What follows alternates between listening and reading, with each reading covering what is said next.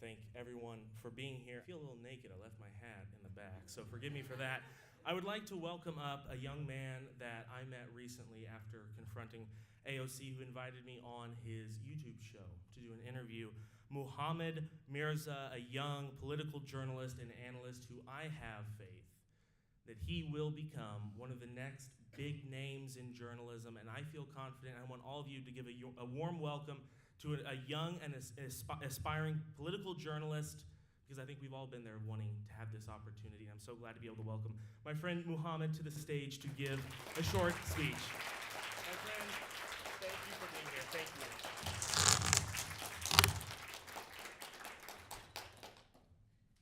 In the name of God, the most beneficent, the most merciful, I'd like to thank the organizers for giving me this opportunity to address this gathering.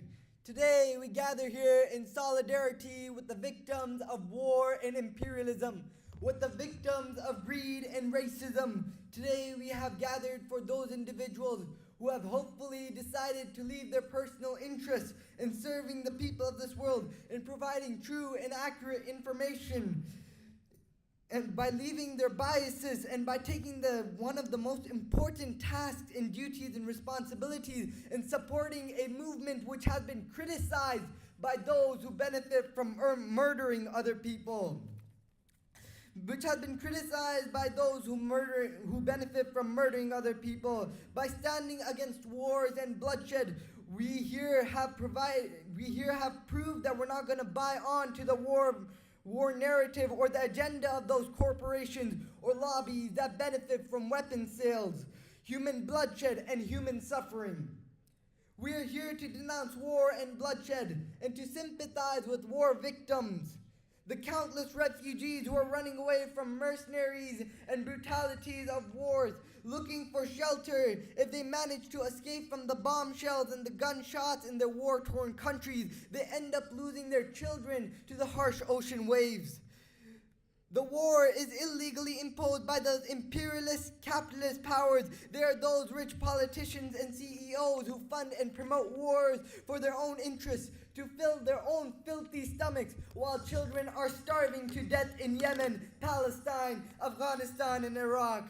How many times we, the American people, are going to get fooled into illegal wars, the false flag of WMDs that led to the Iraq War. The false flag of WMDs that led to the Iraq War. We're talking about 20 years of misery for the locals of Iraq and Afghanistan, spending $8 trillion of US taxpayer dollars and killing 926,000 civilians, and not to forget thousands of years of human civilization in Iraq. And let's not forget those victims who died, the thousands of victims who died on 9/11 to create a pretext for this war. It is extremely important that we distinguish falsehood from the truth, propaganda from reality, as they have tried time and again to somehow hide the facts from the people by silencing the media that speaks out against them.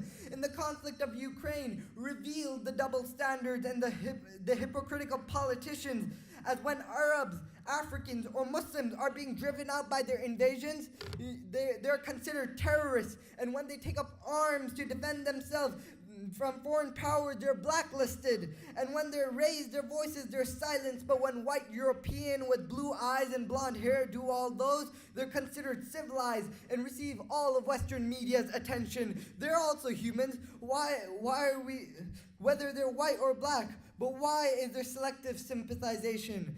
It's a racist mainstream media coverage which has led to the xenophobia, or the preference of one race over the other, that we can see in the rise of the attacks on Asian communities here, or we can see the rise of Islamophobia. Why are Muslims considered terrorists? Why are Muslims considered terrorists? Why is terrorism only being used to describe Muslims, not for Nazis, not for supremacists, causing bloodshed around the globe? I would never recommend learning from your Islam from Western mainstream media. Rather refer to the Holy Quran. According to the teachings of Prophet Muhammad, killing one innocent human is as if you have killed the whole whole humanity. And saving one innocent human is as if you have saved the whole humanity. Our religion teaches us to defend ourselves, not to fight wars. It's a peaceful religion. After this, those neoliberal mouthpieces still have the audacity to come out and promote human rights and champion freedom in the West, who pretend to champion human rights for their own interests and to compromising the truth, to fund for example, for funding the Israeli Iron Dome. What kind of freedom is this when people like Julian Assange are being persecuted for revealing war crimes? I only see freedom.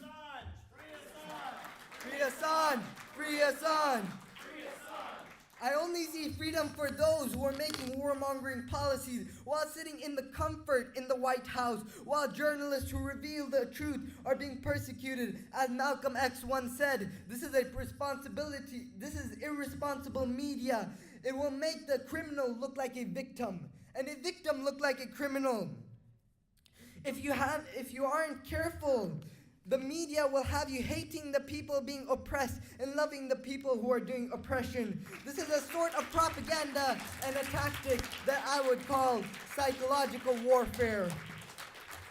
This battle of truth and falsehood, in this battle of truth and falsehood, let's continue our struggle. We believe that the truth will be victorious. Our small voices can be a thorn in the eyes of the oppressors. When the tyrant at the time wanted to burn Prophet Abraham, remember, when the tyrant at the time wanted to burn Prophet Abraham, a small bird would come and drop a small amount of water. No matter how small the efforts is, we will still continue.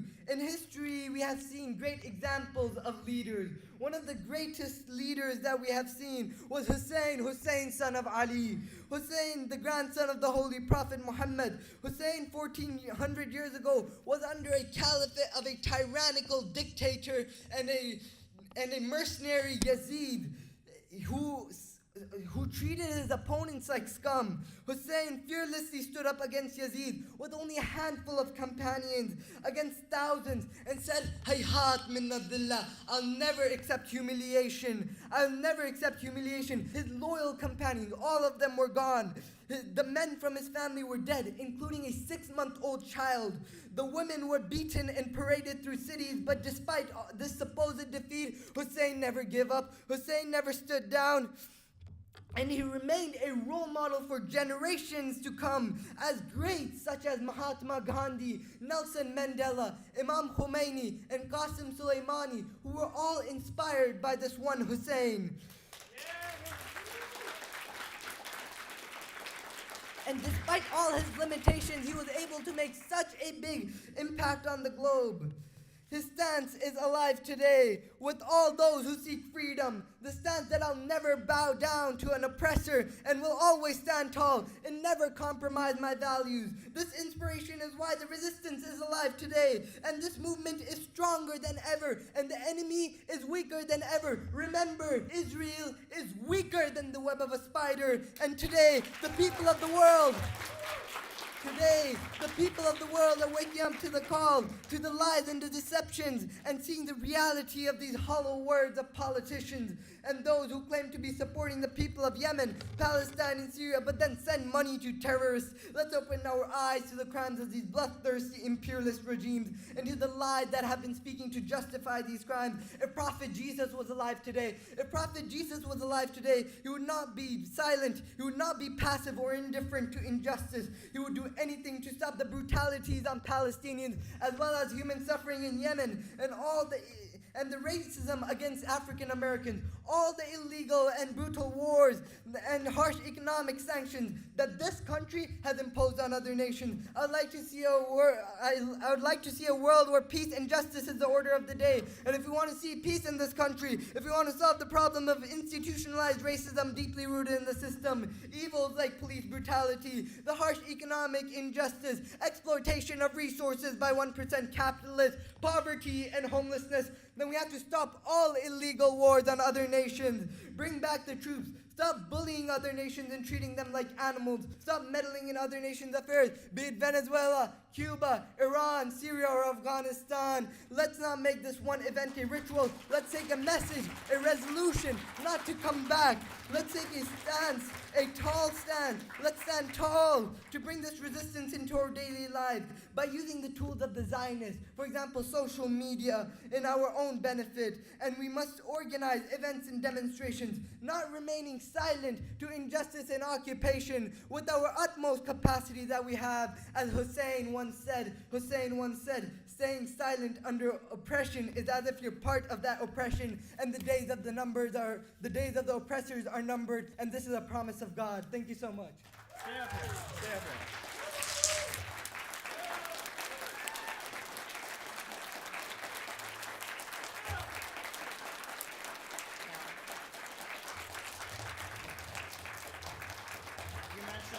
You mentioned Imam Hussein in your beautiful remarks, and thank you for coming here and giving these remarks. And I got to tell you, I've spent a lot of time in Iran, and it was in my travels in Iran that I developed a deep admiration for the Shia revolutionary tradition of standing against injustice. And I really want to thank you for coming here and making these bold remarks, and doing so. I want to thank you so much. So thank you very much for giving such a spirited remark, for calling out imperialism and Zionism, and doing everything you can. I want to thank you. Thank you from the bottom of my heart. It was an honor being here. Yes, absolutely.